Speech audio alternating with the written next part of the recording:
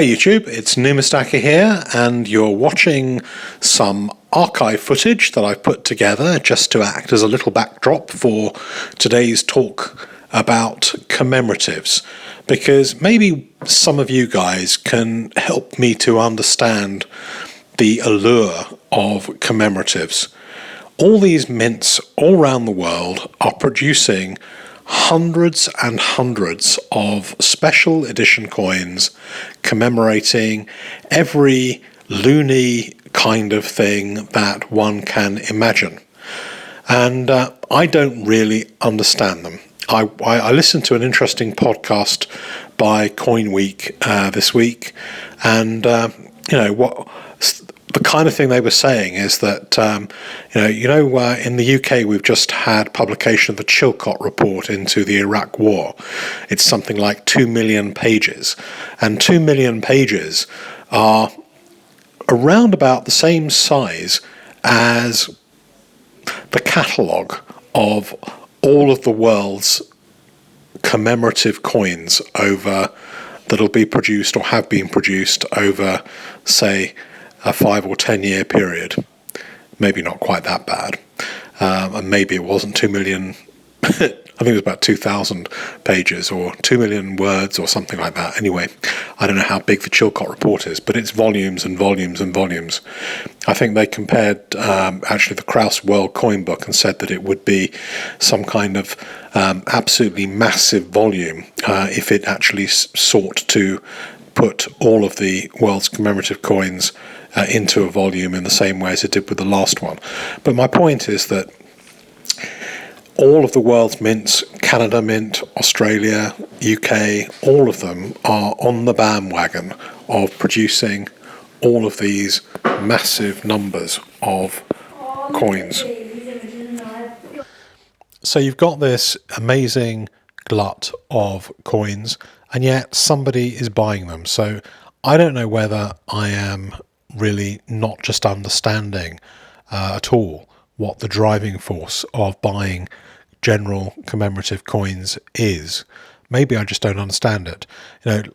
Just for any of you who haven't thought about this, what is a commemorative coin? A commemorative coin is usually a one-off coin, could be even a series of coins, like the First Lady's series. They're commemorative, commemorating the lives of the wives of the presidents of the United States. But usually they're one-off kind of editions, like the March of Dimes or the Shakespeare tradition or Superman or any of these kind of things. And historically, they all perform really badly. They tend to be sold at a high price originally from the mints. They're limited edition, but a lot of the editions are actually quite large, which doesn't give them very much in the way of rarity value. And then there's a little bit of hype that goes alongside the issue, and usually they're then sold maybe 18 months, 2 years, 3 years later into the secondary market. And some of the ones that aren't made of precious metals sink like a stone. The ones that are made of silver and gold always keep their bullion value, of course, and can be picked up for spot plus for those people who want to collect them. But generally, the first buyers lose quite a lot of money.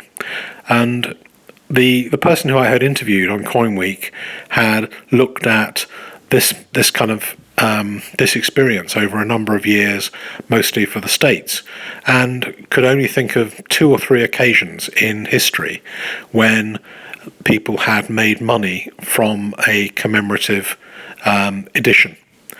So I personally avoid commemoratives like the plague. Anything I buy has to be kind of non-commemorative, and they're making the point that generally it's better to buy if you have a proof edition of something and an uncirculated edition. quite often the uncirculated edition does much better historically over time than the proof edition.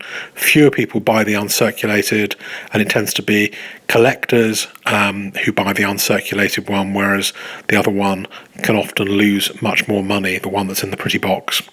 Although I have been known to buy one or two coins in pretty boxes as well. But at the end of the day, I try and avoid those things, but I really want somebody to tell me, what is it that drives people to buy brand new, from the mint, commemorative coins that they kind of know are going to go down in value like a stone as soon as they open the box. Maybe people just don't care.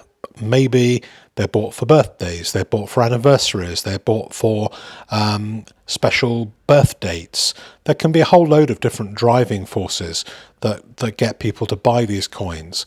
But so often, even the ones that are limited mintage have next to no demand. Let me know what you think. I'm perplexed by the whole thing. I don't really understand it. It's not something that I've really had very much experience of.